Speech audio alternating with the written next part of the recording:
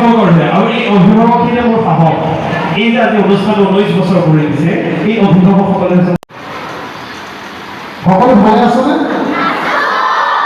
আৰু পোনপ্ৰথমে আপোনালোকৰ ছাত্ৰ ছাত্ৰীয়ে বনোৱাই কেমেৰা তুলি মই একপি আপোনালোকৰ ফটো লৈ ল'ম।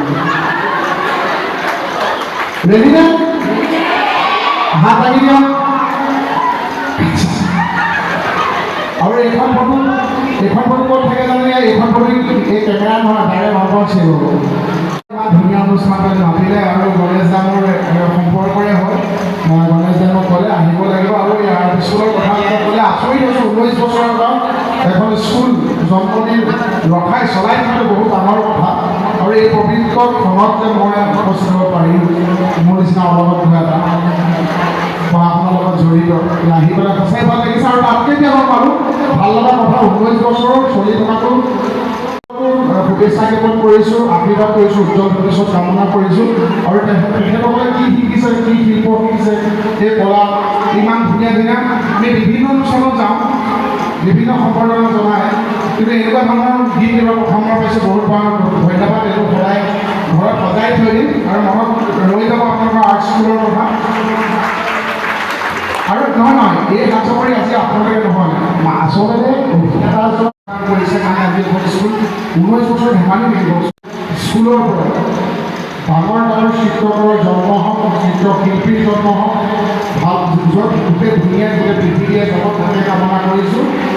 আৰু মহকা দোৱাসকলে আপুনি বেয়া পাই যাব হয়নে নহয়? হয়নে নহয়? এতিয়া মোহন লাগিছে জানো? উপায় নাই, মায়ে পিন্ধাই কৰি আছে, মইতো মোহন মায়ে বুলিয়ে ভাবিছোঁ। মই বোলো পঢ়া শুনা জেগা, মই ছবি আঁকা বহুত ভাল।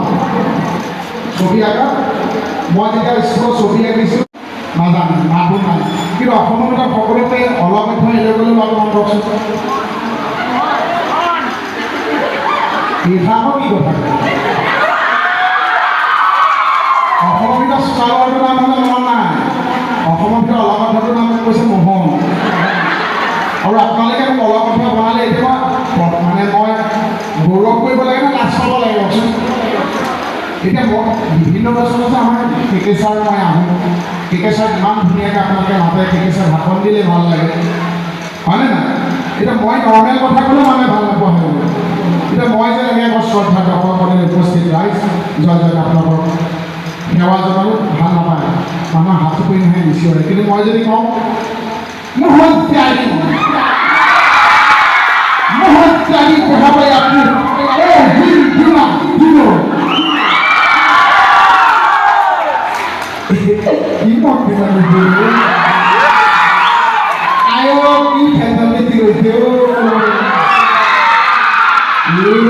ভাবি মুখাতে দেখিছে গোটেই কমলা ভিনে লাগিছে।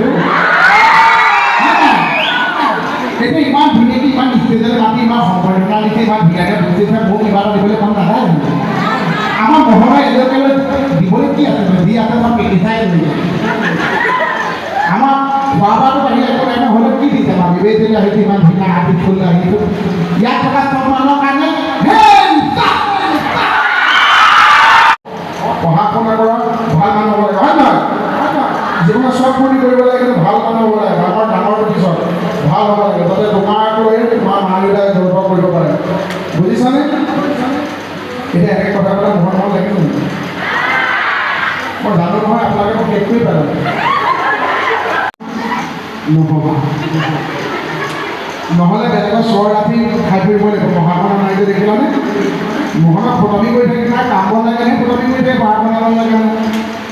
যদি জীৱনত হ'বলৈ মন আছে মোহনৰ নিচিনা নহ'বা। যদি জীৱনত হ'বলৈ মন আছে কেকেচাৰ নিচিনা ভুলতো নহ'বা, ভুলতো নহ'বা। কাৰণ 193হে কেকেচাৰ জন্ম। আৰু কেকেচাৰ এছাই হিচাপে কিমান গালি খাই থাকিছেনে? মানুহ যিমান চতুৰ হ'ব, যিমান চালাক হ'ব, সিমান মানুহৰ